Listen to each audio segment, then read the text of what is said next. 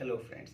एक दिन एक बाबा रामदेव आते हैं और वो एक स्टेटमेंट देते हैं। एक ऐसे बाबा रामदेव जो ये बोलते हैं कि वो एक योग गुरु हैं और आयुर्वेद के ज्ञाता हैं। वो हमें अलग अलग तरीके सिखाते हैं कि कैसे हम अपने मन और अपने दिमाग को कंट्रोल करते हैं। वैसे लगता तो ये है कि शायद बाबा रामदेव खुद अपने मन और दिमाग को कंट्रोल नहीं कर पाते हैं, क्योंकि उन्होंने एक स्टेटमेंट दिया है जो बड़ा अजीब सा है। और उन्होंने क्या स्टेटमेंट दिया है? एलोपैथी एक स्टूपिड और दिवालिया विज्ञान है, किसी काम का नहीं है। और उनके इस स्टेटमेंट के बाद पूरे देश में एक डिबेट, एक जंग छिड़ गई। एलोपैथी वर्सेस आयुर्वेद, इन दोनों में से ज्यादा अच्छा कौन है? वैसे मुझे एक बात समझ में नहीं आती कि हमें एलोपैथी और आयुर्वेद में से किसी एक चीज को चुनना क्यों है, किसी एक चीज को बेहतर क्यों बताना है। ये कोई इलेक्शन नहीं है जिसमें आप ये देखें कि आप बीजेपी को वोट देंगे या फिर कांग्रेस को। दोस्तों, एलोपैथी और आयुर्वेद तो जय और वीरू की जोड़ी बन सकते हैं, जो दोनों मिलकर गब्बर सिंह को हरा सकते हैं। यानी एलोपैथी और आयुर्वेद दोनों मिलकर हमारे देश के हेल्थ सिस्टम को इंप्रूव करने में हमारी मदद कर सकते हैं। बाबा रामदेव ने एक और स्टेटमेंट दिया है और वो भी बहुत ज्यादा ऑब्जेक्शनेबल है। उन्होंने ये बोला है कि 10,000 ऐसे डॉक्टर्स हैं जिन्होंने कोविड वैक्सीन के दोनों डोजेस ले लिए थे, उसके बावजूद भी उनको कोरोना इन्फेक्शन हुआ और उसके बाद उनकी डेथ हो गई। दोस्तों, हमारे पास ऐसा कोई डेटा नहीं है, ऐसी कोई एनालिसिस नहीं है जिसके आधार पर बाबा रामदेव एक ऐसा स्टेटमेंट दे पाए।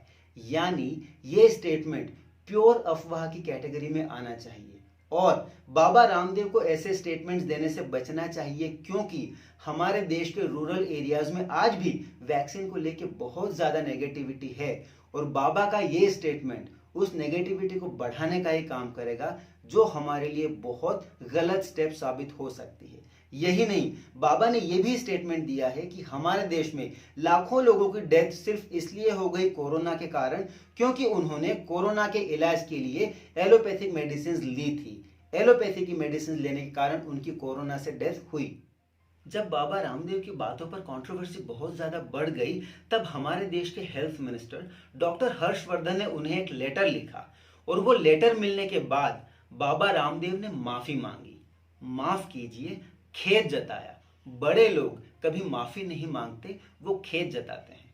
वैसे बाबा रामदेव ने खेद जता लिया, ये भी अपने आप में बहुत बड़ी बात है, क्योंकि इसे कंट्रोवर्सी के दौरान जब लोगों ने मांग की कि बाबा रामदेव को गिरफ्तार किया जाए, तो बाबा ने एक स्टेटमेंट दिया, किसी के बाप में इतनी ताकत नहीं है कि मुझे गिरफ्तार कर ले, किसी में इतनी हिम्मत नहीं कि मुझे गिरफ्तार कर ले।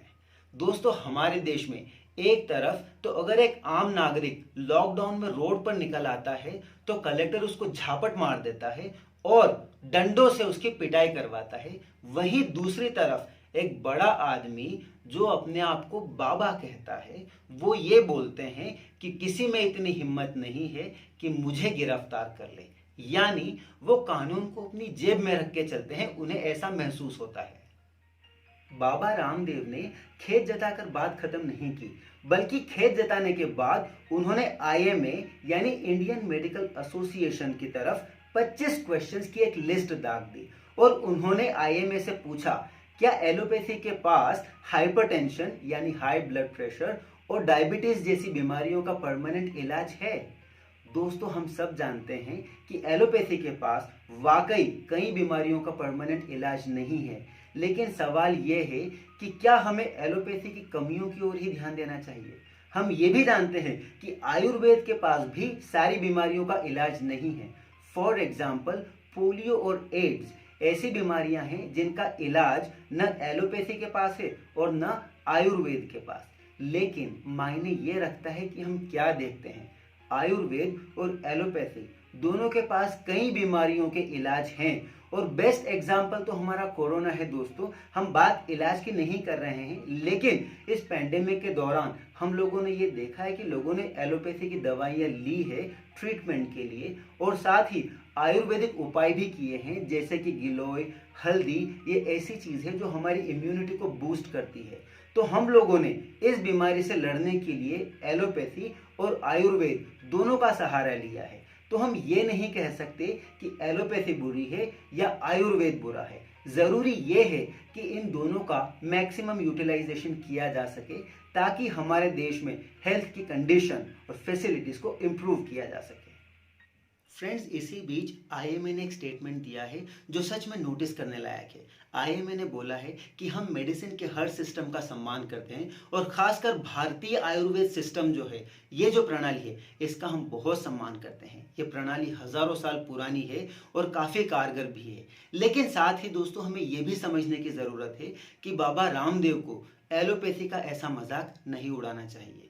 मैं खुद ये बात मानता हूँ कि इस पैंडेमिक के दौरान हमने ये देखा है कि कई डॉक्टर्स ऐसे थे जिन्होंने रेमडेसिविर इंजेक्शन की ब्लैक मार्केटिंग की है, इंजेक्शन को बहुत ज़्यादा महंगा बेचा है।